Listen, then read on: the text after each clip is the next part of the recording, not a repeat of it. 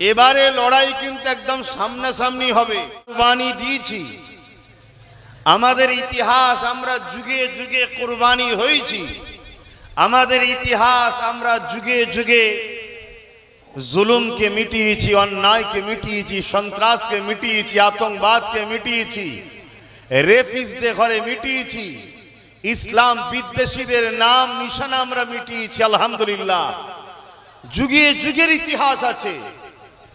আজকে নতুন করে যারা ইসলামকে মিটাবার স্বপ্ন দেখছে, আমি এতটুকু আপনাদের সামনে বলতে পারি, এদের ক্ষমতা নাই একটা ফুসকুরিকে মিটাবার। এরা স্বপ্ন দেখছে ইসলাম মিটাবার।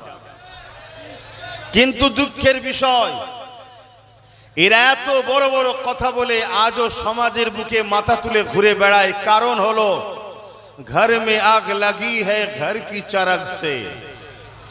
আমার ঘরের মধ্যেই গদ্দার, এক গদ্দারের ঠেলায় এলাকার মুসলমানরা নিরাপদে ছিল না।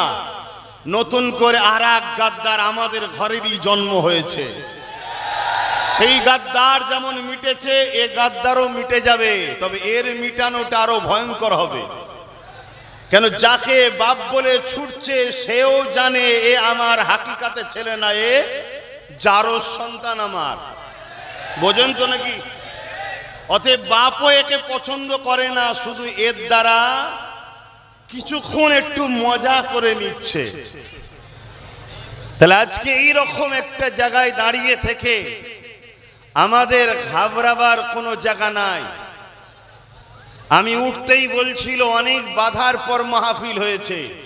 যদি বাধা না হয় তো মাহফিল তোমার কবুল হবে কেন? মাহফিল কবুল হরাতে গেলেই তো বাধা লাগবে। ভালো কাজ তো তখনই বুঝবে যখন বাধা হচ্ছে। তোমার পক্ষে আল্লাহ রাজি আছে বুঝবে তখন, যখন তুমি পরীক্ষায় পড়ছো, তোমাকে আজমাইশ করা হবে, তোমাকে পরীক্ষা নেওয়া হবে, হাজারো বাধা হবে। এ উম্মতে মুহাম্মাদি, এ দুনিয়া তোমার আমার জন্য সিজরুল মুমিনিন, জেলখানা মুমিনদের জন্য।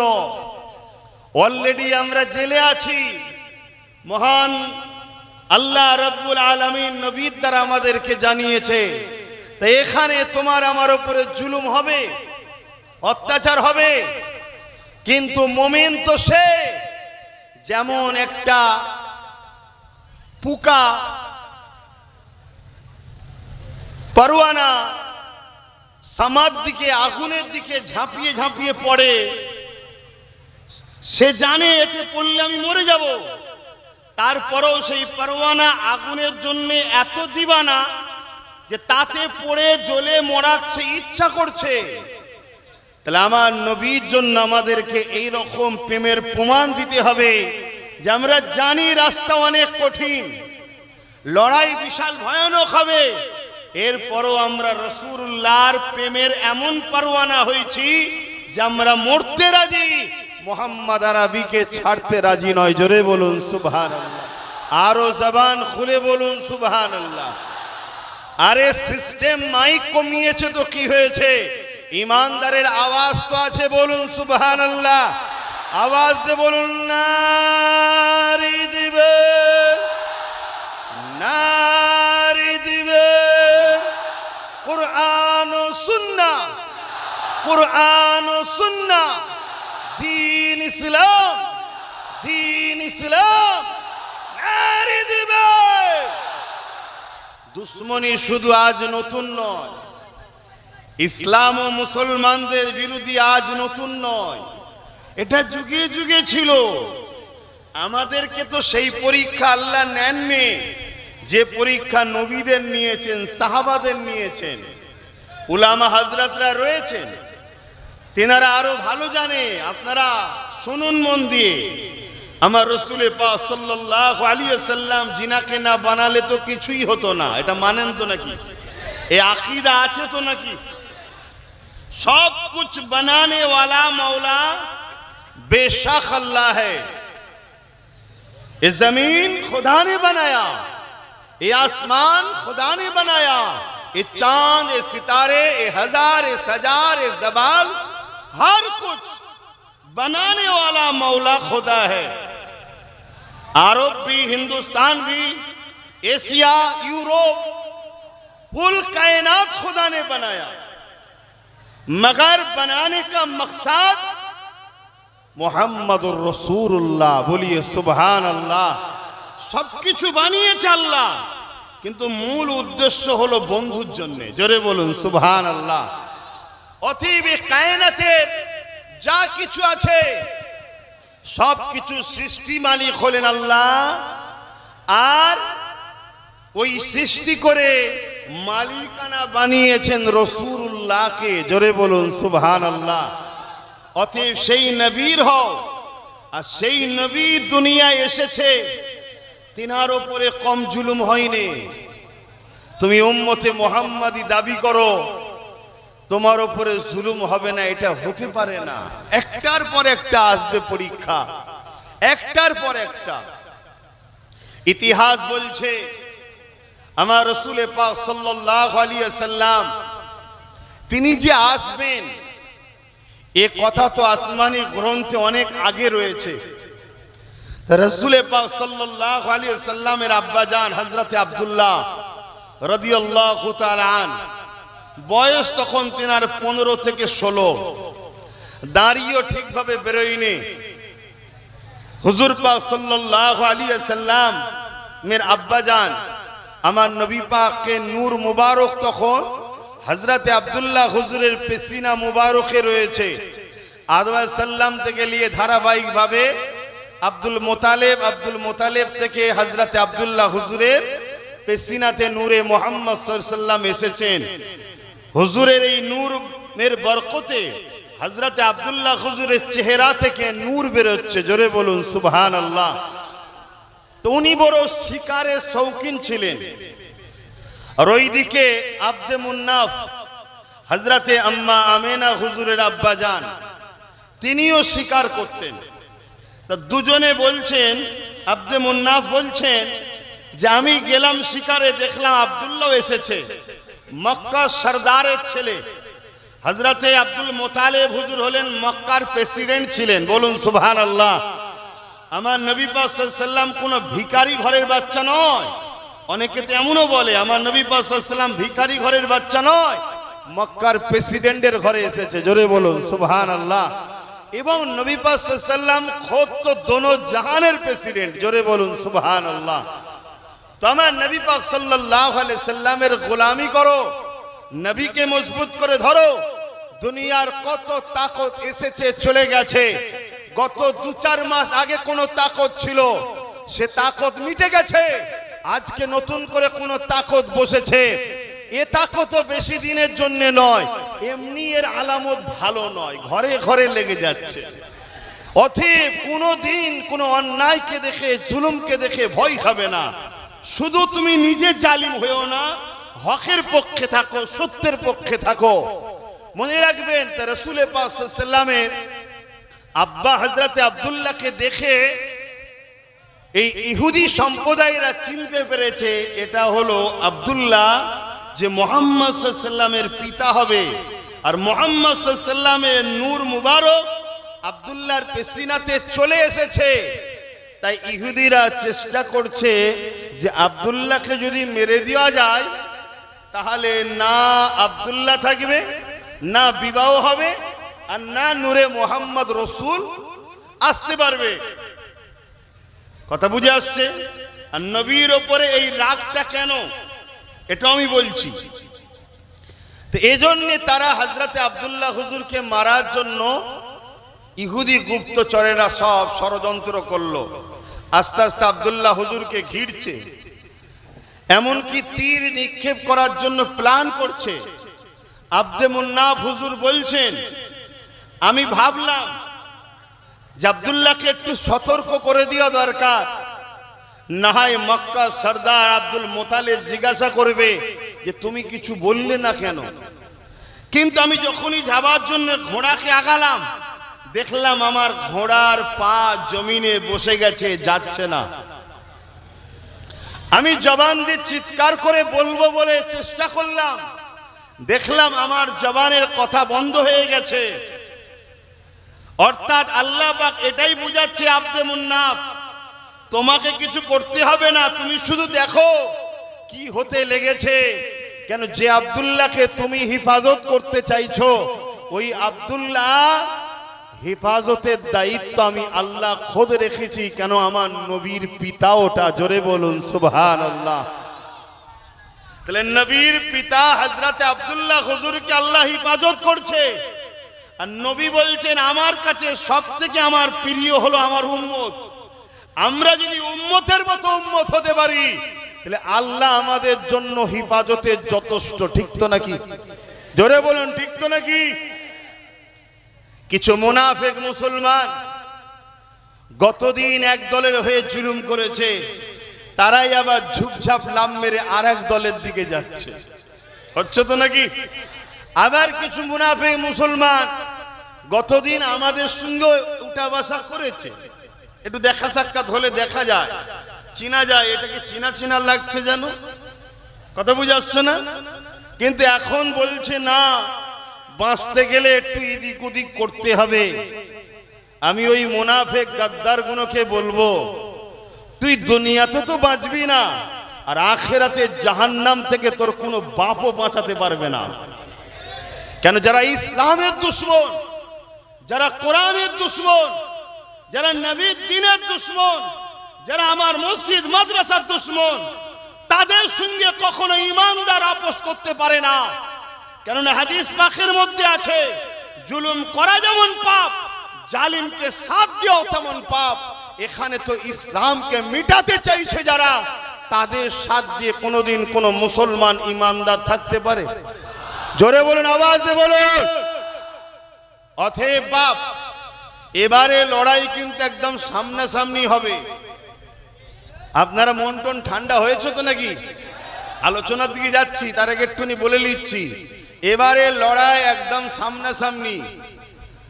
লড়াই করবেন তো? তৈরি হয়েছেন তো নাকি? একদম হাত তুলে বলুন, তৈরি তো নাকি? আল্লাহ কবুল করে বলুন আল্লাহুম্মা আমিন। এই লড়াইয়ে দুটোর মধ্যে একটা নিয়ামত আপনারা পাবেন। এই লড়াইয়ের মধ্যে দুটোর মধ্যে একটা নিয়ামত আপনারা পাবেন, যদি আপনারা জালিমদের দলভুক্ত না হন, মজলুমদের হয়ে যদি লড়েন।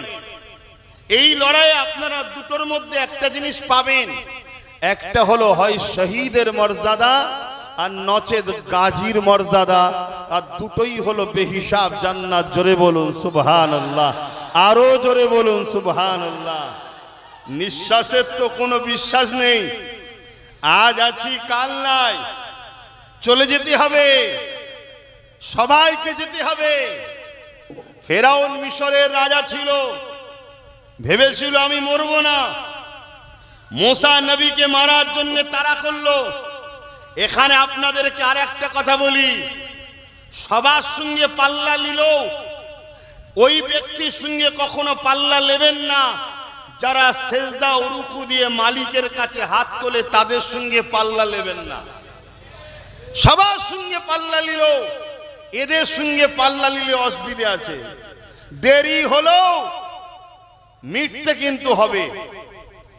তো এই সময় হযরতে মুসা সাল্লামকে ফেরাউন মিটাবার জন্য উঠে পড়ে লেগেছে।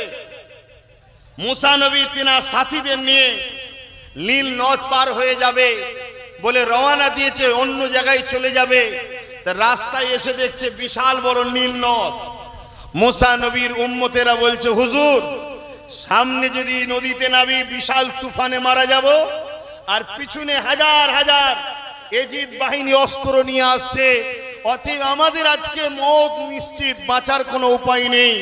হযরতে মূসা আলাইহিস সালাম বলেছিলেন, কখনো নয়, আল্লাহ তার ভালোবাসার বান্দাদেরকে বিপদ দেয় পরীক্ষার জন্য, কিন্তু বিপদে তাদেরকে হাত ছেড়ে দেয় না। জোরে বলুন সুবহানাল্লাহ, আরো জোরে বলুন সুবহানাল্লাহ। আল্লাহ আমাদেরকে পরীক্ষা নিচ্ছে, কিন্তু এই ঈমান আমাদের রাখতে হবে।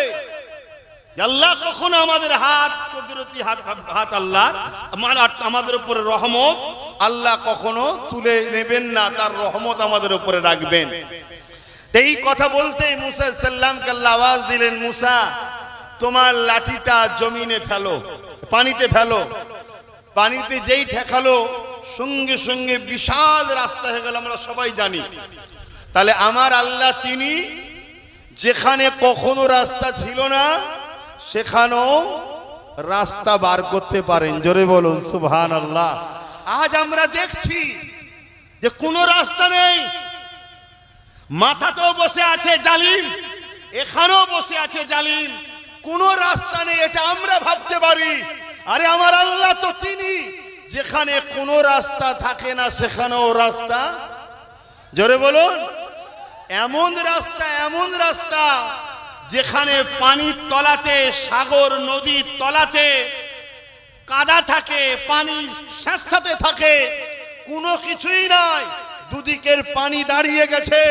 শোনো, 4000 বছরের আগের ইতিহাস, পুরো পৃথিবীর কিতাবে পাবে ইতিহাস।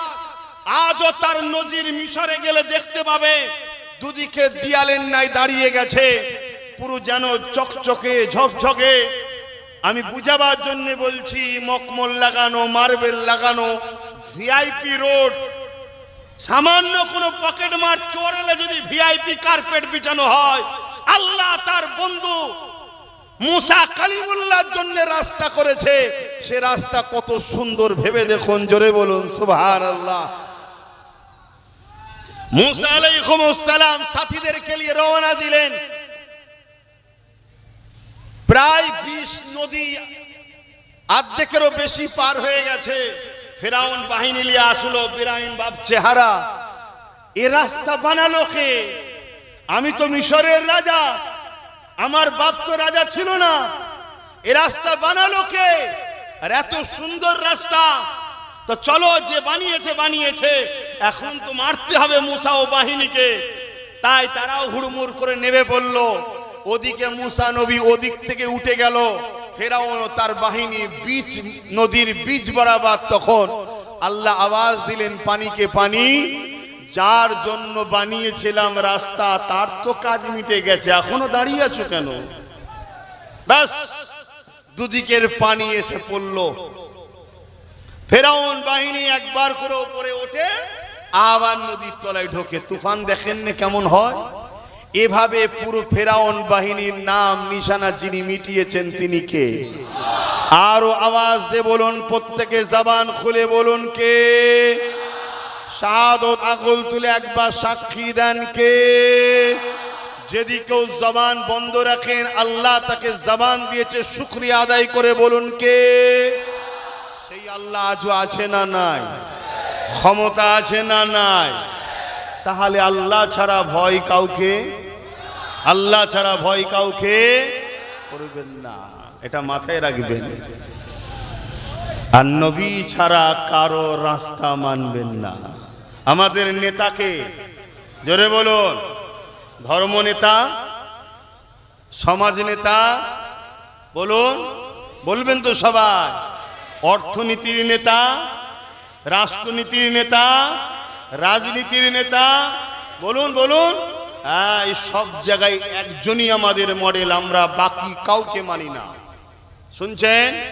এতে দুনিয়া যা খুশি বলে বলুক গে যাক কেন, সব ভাইয়ের খুঁত আছে, আমেনার বেটার কোনো খুঁত নাই। জোরে বলুন সুবহানাল্লাহ। সব ভাইয়ের ভুল আছে, মুহাম্মদ আরবির কোনো ভুল নাই। সবাই আমার রাসূলুল্লাহকে নকশা কদমে চলেছে, আমার রাসূলে পাক সাল্লাল্লাহু আলাইহি সাল্লামকে নকল করেছে। আর এই দুনিয়া আমার রাসূল থেকে জ্ঞান পেয়েছে, ইলম পেয়েছে। এই যে রাষ্ট্রের বর্ডার তৈরি করে বর্ডার সিকিউরিটি ফোর্স দেওয়া হয়েছে, এ তো আমার রাসূলের শিখানো। তার আগে ছিল কোথায় পৃথিবীতে সব? এই যে বিচার ব্যবস্থা, কোর্ট কাচারি আদালত, এ তো আমার রাসূলের শিক্ষা। তার আগে ছিল কোথায়? দুনিয়াকে তো ইলমের দরজা আমার রাসূল খুলেছে। আজকে সেই নবীর মান্যওয়ালাদের এই দুর্দশার পিছনে একটাই কারণ, আমরা মুখে রাসূলকে মানি, দিলে রাসূলের দুশমনকে বসিয়ে রাখি। এজন্য আজকে আমাদের দুর্দশা এরকম। আসুন সবাইকে দিল থেকে বার করি। আমি একটা আলেমকে মানবো ততক্ষণ পর্যন্ত মানবো যতক্ষণ পর্যন্ত আলেমটা আমার রাসূলের নকশা কদমে চলবে। আমি একটা পীরকে মানবো ততক্ষণ পর্যন্ত মানবো যতক্ষণ পর্যন্ত এই পীরটা আমার রাসূলুল্লাহর নকশা কদমে চলবে। আমি একটা নেতাকে সাপোর্ট ততক্ষণ পর্যন্ত করব যতক্ষণ ওই নেতার মধ্যে আমার রাসূলুল্লাহর দ্বীনের শরীয়তের বিরোধী কোনো গন্ধ পাবো না, ততক্ষণ পক্ষে মানুষ হিসেবে তার সাথ দেবো। আর যার মধ্যে আমার রাসূলুল্লাহর দ্বীনের বিরোধী কোনো গন্ধ পাবে, সে জেলার সাহেবই হোক, তাকে কখনো মানবো না। এই অঙ্গীকারবদ্ধ আমাদের হতে হবে, তবেই আল্লাহ পাকের সাহায্য আসবে।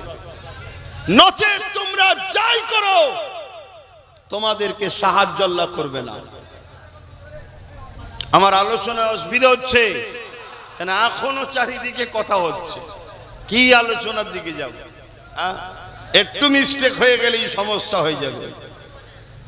খুব সাবধান হও, খুব বোঝো। পুরো দুনিয়া জুড়ে একটাই পরিকল্পনা হচ্ছে, ইসলামকে মিটিয়ে দাও। কেন? ইসলামকে যদি আমরা জানি তাহলে উত্তর পেয়ে যাব। ইসলাম বলতে আমরা কি মনে করি? আমরা মনে করি ইসলাম একটা ধর্ম। ইসলাম নামাজ, রোজা, দাড়ি, টুপি, এতটুকুই মনে করি। আরে ইসলাম কি? ইসলাম হলো মনুষ্য জাতির দুনিয়া ও আখিরাতের কামিয়াবির রাস্তার নাম হলো ইসলাম। জোরে বলুন সুবহানাল্লাহ। ইসলাম কি? ইসলাম তো ক্ষুধার্ত মানুষকে খানা খাওয়াবার নাম। ইসলাম তো বস্ত্রহীনকে বস্ত্র দিবার নাম। ইসলাম তো অসহায়কে আশ্রয় দিবার নাম। ইসলাম তো সন্ত্রাস মুক্ত, চোর মুক্ত, দুর্নীতি মুক্ত, জুলুম মুক্ত, খুন মুক্ত, রেপ মুক্ত, এতিমের অধিকার, বিধবার অধিকার, মানব সভ্যতা, ইনসাফ, ইনসানিয়তের সমাজ গড়ার নাম ইসলাম। জোরে বলুন সুবহানাল্লাহ। ইসলাম কি? সন্ত্রাসবাদের বিরুদ্ধে যুদ্ধ করা, আতঙ্কবাদের বিরুদ্ধে যুদ্ধ করা, খুনিদের বিরুদ্ধে যুদ্ধ করা, জুলুমদের জালিমদের বিরুদ্ধে যুদ্ধ করা। ইসলাম কি? ইসলাম জমিনের উপরে ন্যায়, সাম্য, শান্তি, ইনসাফ, ইনসানিয়াত প্রতিষ্ঠিত করে মানুষ জাতির মুখে হাসি ফোটাবার নাম হলো ইসলাম। জোরে বলুন সুবহানাল্লাহ। আরো জোরে বলুন সুবহানাল্লাহ। কেউ বলতে পারে তাহলে নামাজ কি ইসলাম নয়? ওটা ইসলামের ব্যক্তি জীবন। নামাজ ইসলামের কি? ব্যক্তি জীবন, সমাজ জীবন নয়, ব্যক্তি জীবন। অর্থাৎ আমি নামাজ পড়বো, আমি ব্যক্তিগত কল্যাণ পাবো। আমি রোজা রাখবো, এটা আমার ব্যক্তি জীবনের জন্য। আমি হজ করবো, এটা আমার ব্যক্তি জীবনের জন্য। আমার দাড়িটা এটা আমার ব্যক্তি জীবনের। আমার টুপিটা আমার ব্যক্তি জীবনের। রাসূলুল্লাহ দাড়ি দেখিয়ে, টুপি দেখিয়ে, পাগড়ি, নামাজ দেখিয়ে বিশ্ব জয় করেন। রাসূলুল্লাহ বিশ্ব জয় করেছে উসওয়াতুন হাসানা, আখলাক, চরিত্র, আদর্শ দেখিয়ে রাসূল ও মুসলিমদের পাশে দাঁড়িয়েছে, ক্ষুধার্তের পাশে দাঁড়িয়েছে, বিধবার পাশে দাঁড়িয়েছে, এতিমের পাশে দাঁড়িয়েছে, বঞ্চনাকারীদের পাশে দাঁড়িয়েছে। নবী তার জাত দেখেন, ধর্ম দেখেন, যে মানুষ তার পাশে রাসূল দাঁড়িয়েছে, নবীর এই আখলাক দেখে, নবীর এই মানব বন্ধন দেখে, নবীর এই মানব প্রেম দেখে, নবীর এই আদর্শ দেখে দলে দলে দলে দলে মানুষেরা মুহাম্মদ রাসূলকে রাসূল বলে, লিডার মেনে নবীর পাশে দাঁড়িয়েছে। জোরে বলুন সুবহানাল্লাহ।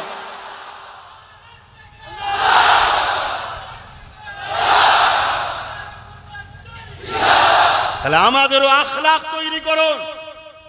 মিডিয়া খুললেই শুধু দেখা যায় মুসলমান ভোট চুরি করে পালাচ্ছে, মুসলমান বাক্স চুরি করেছে, মুসলমান খুন করে দিয়েছে, মুসলমান মেরে দিয়েছে, মুসলমান এই করেছে। এই হয় না, হয় না।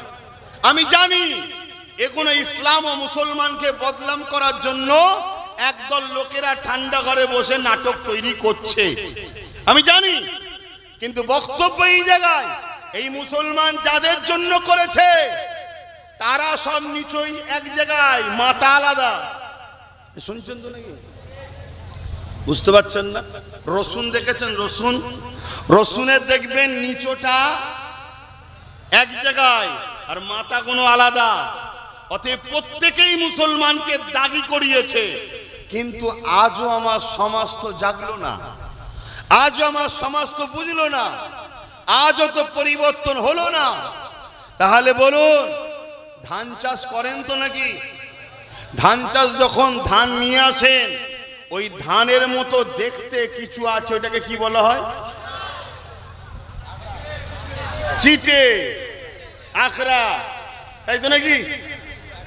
ওই চিটে আকরা ধান থেকে আলাদা করার জন্য জমির মালিক ধান যিনি চাষ করেছে লোক লাগায় না লাগায় না? জোরে বলো। কেন ভাই? দেখতে তো পুরো ধানের মতোই, কেন হাওয়া দিয়ে ফেলে দিচ্ছে? কেন আলাদা করছে? জমি মালিক কি বলবে যে ভাই এটাকে দেখতে ধানের মতো হলো, কিন্তু এর ভেতরে অরিজিনাল মালটা নাই, চালটা নাই, তাই তো নাকি? কি তাহলে আমরা যদি দেখতে ধানের মতো হওয়ার পরও অরিজিনাল চাল না থাকার জন্য তাকে যদি লোক লাগিয়ে হাওয়া দিয়ে ফেলে দিই, দেখতে মুসলমান কিন্তু হাকিকাতে রসুলের প্রেম ও আদর্শ নীতি নাই, তাহলে আমার আল্লাহ এই অরিজিনাল গুণ থেকে 2 নম্বর গুণকে আলাদা করার জন্য মোদিকে দেশের মাথায় বসিয়েছে আর রাজ্যের শুভেন্দুকে বসিয়েছে হাওয়া দিয়ে বার কর। কথা বুঝছেন না? বোঝেন না? হ্যাঁ, আমার কথা আপনাদের খারাপ লাগতে পারে, কেন আমার কথার বহুত টোল হয়, সমালোচনা হয়, আমি কারোর জবাব দিই না, শুধু ধরিয়ে দিচ্ছি। কয়েকদিন আগে একটা নামধারী মায়ের জাত, তো বেশি কিছু বলছি না, একজন মানবরূপী পশু আমার রাজ্যে এসেছিল না? ওইটা আনার মূল উদ্দেশ্যটা কি? ওটা আনার উদ্দেশ্য হলো যাতে করে আমরা ওইটা নিয়েই হুড়োহুড়ি করি, মূল রাস্তা থেকে সরে যায়। তা আমাকে একজন মিডিয়া জিজ্ঞেস করেছে, আমি তখন বললাম কে কোথায় যাচ্ছে আসছে ওটি দেখার সময় আছে? হ্যাঁ, এটা খেলে দেখছি আর একজন মৌলী সাহেব আবার টোল করছে, মানে মৌলী সাহেব তোমার বুদ্ধি কোথায় ভাবো। আমি সব উলামাকে বলছি না, কেন উলামা অনেকে বলে মোল্লার দৌড় মসজিদ পর্যন্ত, না না না না, ওই তোমাদের দালালি খাওয়া মোল্লার দৌড় মসজিদ দূর হতে পারে, মোহাম্মদ আরবির গোলাম যে মোল্লাগুলো আছে ওদের দৌড় আল্লাহর আরশ পর্যন্ত আছে। জোরে বলুন সুবহানাল্লাহ। এমন কোন মায়ের বেটা নেই বলতে পারবে, কিন্তু বসিরহাটের বড় মৌলানা বলে দিয়েছিল 3 দিন ইসালে সাহেবে কত লোক হয়েছে, জিজ্ঞেস করা হয়েছিল কি করে বললেন, উনি বললেন আল্লাহর আরশের তলায় বোর্ড আছে, সেখানে লিপিবদ্ধ হয়েছে যে আজকে এত লোক এসেছে, মোল্লার দৌড় কদ্দূর দেখছো তো? কেন এটা মোহাম্মদ রসুলের গোলাম মোল্লা, এ নেতাদের দালালি করা মোল্লা নয়। এটা নেতাদের দালালি করা মোল্লাদের হয়তো মসজিদ পর্যন্ত দৌড় হতে পারে, ওটা আমি বলতে যাচ্ছি না। তো যাই হোক, আমার নবী পাক সাল্লাল্লাহু আলাইহি সাল্লামের হয়ে যান। আমি এতটুকু কথা বলে যাব, আমার নবী পাকের হয়ে যান, যা হারিয়েছেন সব ফিরে পাবেন। শুধু ওই তাকবীর দিলে হয় না, আর নবী পাকের ঝান্ডা নিয়ে ঘুরলেই শুধু মহব্বত হয় না। আপনার আখলাকে, আপনার আদর্শে, আপনার কিরদারে, আপনার ভাষাতে, আপনার রাষ্ট্রপ্রেমে, আপনার মানব প্রেমে, আপনার বিজনেসে, আপনার সংসার জীবনে, আপনার লাইফ জীবনে, আপনার রাজনীতিতে, সব জায়গায় যেন মোহাম্মদ রসুলের আদর্শ পাওয়া যায়। অর্থাৎ আপনি সংসার জীবন করবেন আমার নবী যেভাবে করতে বলেছে, আপনি বিজনেস করবেন আমার নবী যেভাবে করেছে, আপনি রাজনীতি করবেন আমার নবী যেভাবে বলেছে, আপনি নেতা হবেন আমার রসুল যেভাবে বলেছে, সেইভাবে যদি আপনি ফলো করেন, মনে রাখবেন প্রত্যেকটা জায়গাতে আল্লাহ আপনাকে কামিয়াবি দুনিয়াতেও দেবে। কেন ইজ্জত সম্মান আল্লাহ রসুলের জন্য, আর আল্লাহ রসুলের গোলাম যারা, দাস যারা, সেই মুমিন মুমিনাদের জন্য ইজ্জত কোরআন বলছে। জোরে বলুন সুবহানাল্লাহ। ইজ্জত অন্য কারো জন্য নয়। আমার কথা মাইকে বুঝছেন তো নাকি? তাহলে আপনারা আল্লাহ রসুলের হয়ে যান।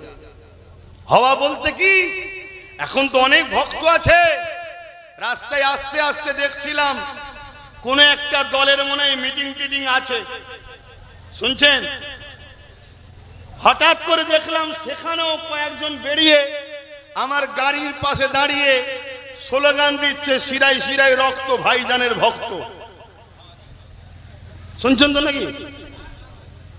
এটাকে আপনারা কোন নজরে নেন আমি জানি না, কিন্তু আমি এর মধ্যে একটা গন্ধ পাই। সেই গন্ধটা হচ্ছে এটাই ডাউন করার প্ল্যান।